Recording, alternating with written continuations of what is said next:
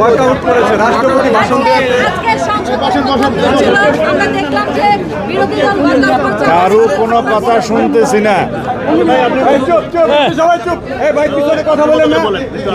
ভাই রাষ্ট্রপতি ভাষণ দেওয়াতে বিরোধী দলের সংসদ সদস্যরা ওয়াকআউট করেছে, এই বিষয়টা রাষ্ট্রপতি ভাষণ দেওয়ার আগেও তো কয়েক ঘন্টা সেশন হয়েছে, ওটা বলি আগে।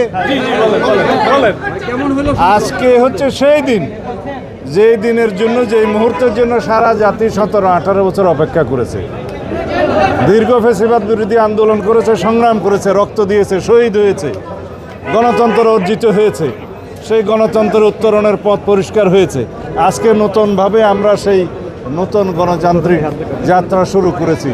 যেই গণতান্ত্রিক যাত্রা, শহীদের আকাঙ্ক্ষা, রক্তের আকাঙ্ক্ষা, এই জাতির প্রত্যাশা এবং আমাদের প্রত্যাশা হচ্ছে এই গণতান্ত্রিক যাত্রাকে এমন একটি যাত্রায় পরিণত করতে হবে যেই যাত্রার মধ্য দিয়ে আমরা একটা বৈষম্যহীন সাম্যভিত্তিক ন্যায় বিচারের সত্যিকার গণতান্ত্রিক রাষ্ট্র পাই, এবং এখানে জাতীয় সংসদে যাতে জাতির সমস্ত ইস্যুগুলো আমরা আলোচনা করি এবং আলোচনার কেন্দ্রবিন্দুতে পরিণত করি।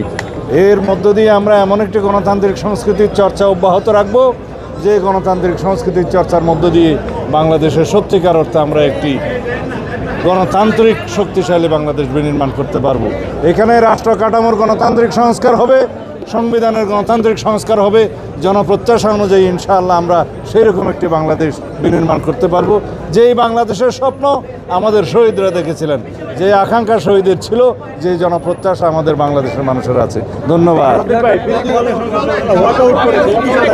বিরোধী দলের সংসদ সদস্যরা বিধি মোতাবেক ওয়াকআউট করতে পারেন, তারা ওয়াকআউট করেছেন, এটা ব্যতিক্রম কোনো কিছু ঘটনা নয়। তারা আবার আসবেন, আগামী দিনে যে সংসদ বসবে সেদিন আবার আসবেন। এটা কি নজিরবিহীন মনে করেন? না, এটা কোনো নজিরবিহীন নয়। বিরোধী দলের সংসদ সদস্যদের তাদের অধিকার আছে, কোনো বিষয়ে যদি তারা সিদ্ধান্ত নেন যে ওয়াকআউট করবেন, তারা করতে পারেন, করেছেন। আবার সংসদ বসছে কবে ভাই?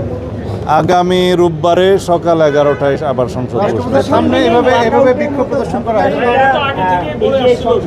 হ্যাঁ, সংস্কৃতি তৈরির একটা কথা বলা কি হচ্ছে। কি এই সংসদের মধ্য দিয়ে যে কার্যকর সংসদ হবে, আগের মতো না, তো সেটা আজকে যে প্রথম দিনে ওয়াকআউটের ঘটনা ঘটলো, সেটার কোন ব্যাঘাত তৈরি করবে? না, এটা it is all about Democratic practice. এটা গণতান্ত্রিক সভ্যতার মধ্যে আছে, পার্লামেন্টারি সংস্কৃতির মধ্যে আছে।